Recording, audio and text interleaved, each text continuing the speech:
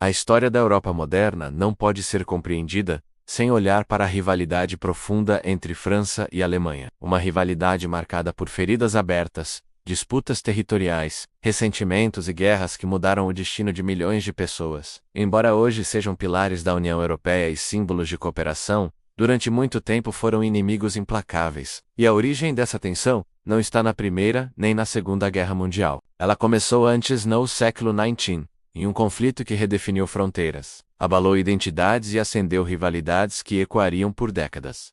A Guerra Franco-Prussiana, travada entre 1871 e 1871. A derrota francesa nessa guerra e a perda dos territórios da Alsácia e Lorena criaram um trauma nacional que moldaria o futuro da Europa e influenciaria diretamente os dois conflitos mundiais que viriam depois. Para entender essa rivalidade, precisamos começar pela situação da Europa na segunda metade do século XIX. A França era, até então, a maior potência do continente. Desde Napoleão Bonaparte, os franceses carregavam um forte sentimento de glória militar, liderança cultural e preeminência política. Já a Alemanha sequer existia como país. Era um conjunto de dezenas de pequenos estados, reinos e principados germânicos, todos fragmentados e com pouca força individual. O maior deles era a Prússia, que estava prestes a se tornar a alma do futuro Estado alemão. A ascensão da Prússia coincide com a chegada ao poder de Otto von Bismarck, o chanceler, que tinha um objetivo claro: unificar os estados alemães sob liderança prussiana. Para isso, Bismarck acreditava que seria necessário provocar conflitos que fortalecessem o nacionalismo alemão e levassem os estados a se unirem contra inimigos externos. Sua política foi construída em 3 guerras decisivas: contra a Dinamarca, contra a Áustria e, por fim, contra a França, todas planejadas cirurgicamente para fortalecer a posição prussiana. A França, liderada por Napoleão III, observava com desconfiança o crescimento militar e político da Prússia. A possibilidade de uma Alemanha unificada causava receio, pois isso poderia quebrar o equilíbrio de poder na Europa, colocando em risco a posição francesa. Quando a Prússia começou a se destacar, Paris se sentiu ameaçada. O clima era de tensão crescente, e Bismarck sabia que uma guerra com a França serviria perfeitamente aos seus planos de unificação. A crise que desencadeou a Guerra Franco-Prussiana surgiu com a disputa sobre quem ocuparia o trono da Espanha. A França temia que um príncipe alemão, governando o país, criasse uma espécie de cerco germânico. Após trocas diplomáticas tensas, Bismarck manipulou uma carta oficial, o famoso Despacho de Amiens, editando-a para fazer parecer que o rei prussiano havia insultado um diplomata francês. A notícia inflamou a opinião pública francesa, e em 19 de julho de 1870, Paris declarou guerra à Prússia, exatamente como Bismarck esperava. A França acreditava que venceria rapidamente, mas o que se seguiu foi uma derrota devastadora. As tropas prussianas, organizadas e eficientes, cercaram exércitos franceses e conquistaram vitórias decisivas. Em setembro de 1870, o próprio Napoleão III foi capturado na Batalha de Sedan, o que levou ao colapso do Império Francês e ao surgimento da Terceira República. Mesmo assim, a guerra continuou. Em janeiro de 1871, Paris foi cercada e forçada a se render após meses de fome e bombardeios. O que veio depois foi ainda mais humilhante para a França. No Salão dos Espelhos do Palácio de Versalhes, símbolo máximo do poder francês, o Império Alemão foi proclamado oficialmente. Os príncipes alemães, até então separados, tornaram-se súditos de um único imperador, Guilherme I. A escolha do local não foi por acaso, foi uma provocação direta para mostrar que a nova potência europeia surgia justamente no coração do orgulho francês. Além disso, a França foi obrigada a pagar uma enorme indenização de guerra e, o golpe mais doloroso, perdeu 2 territórios vitais para sua identidade: a Alsácia e a Lorena, regiões ricas, culturalmente híbridas, situadas na fronteira que durante séculos foi palco de tensões. Para muitos franceses, essas terras eram um símbolo da pátria perdida. Para muitos alemães, eram terras naturalmente germânicas recuperadas. A posse desses territórios se tornaria a ferida central da rivalidade.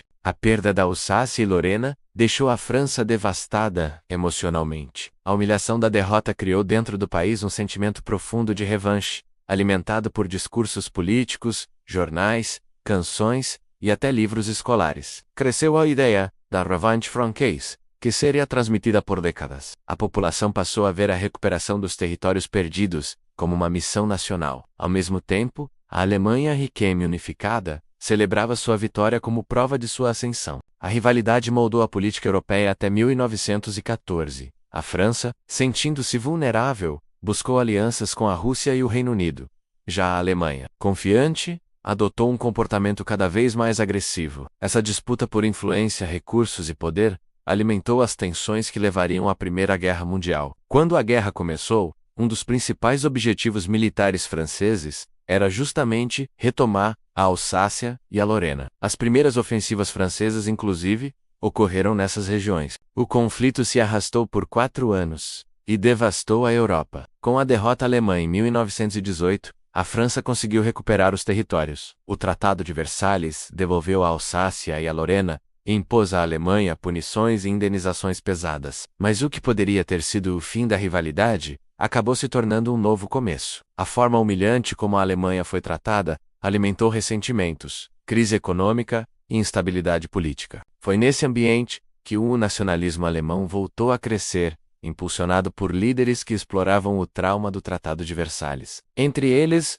Adolf Hitler, que usava constantemente o discurso da injustiça francesa e da necessidade de vingança. Quando a Segunda Guerra Mundial começou, a rivalidade atingiu seu ápice. A invasão alemã à França em 1940 foi rápida e destrutiva. As tropas nazistas desfilaram por Paris, e novamente, a Alsácia e a Lorena foram reincorporadas ao território alemão. A França foi dividida, ocupada e humilhada. Assim como a Alemanha tinha sido após 1918, a derrota nazista em 1945 levou a uma nova transformação. A França recuperou os territórios pela terceira vez, mas o continente estava devastado. E foi justamente esse cenário de destruição que criou espaço para o inesperado caminho da reconciliação. Líderes das duas nações perceberam que, se mantivessem a rivalidade, a Europa permaneceria presa a ciclos de violência. Assim, França e Alemanha começaram lentamente a construir pontes diplomáticas, econômicas e culturais, dando origem ao que hoje conhecemos como União Europeia. A antiga fronteira de guerra deu lugar à cooperação. Regiões antes disputadas tornaram-se zonas de integração e intercâmbio. A Alsácia, que durante séculos foi símbolo de disputa, hoje é um símbolo de união. A rivalidade que começou como conflito militar, hoje permanece como memória histórica, lembrando ao mundo como duas nações conseguiram transformar inimizade em parceria. Com toda essa história, surge uma pergunta importante para você refletir. Como teria sido a Europa hoje, se a Guerra Franco-Prussiana nunca tivesse acontecido? Deixe sua opinião nos comentários, porque quero saber o que você acha desse cenário alternativo e como isso poderia ter mudado a história mundial. A rivalidade entre França e Alemanha é, portanto, um exemplo poderoso de como conflitos podem moldar o destino de continentes inteiros. Ela mostra como feridas históricas levam gerações para cicatrizar e como decisões críticas repercutem por séculos. É uma história de guerra, perdas e nacionalismos, mas também de reconstrução e cooperação. E entender essa trajetória é fundamental para compreender o que é a Europa hoje. Se você gostou desse vídeo e quer acompanhar mais conteúdos históricos como este, já aproveita para se inscrever no canal, deixar seu like, comentar e ativar o sininho para receber todas as notificações. Isso ajuda muito o nosso trabalho e nos permite continuar produzindo vídeos profundos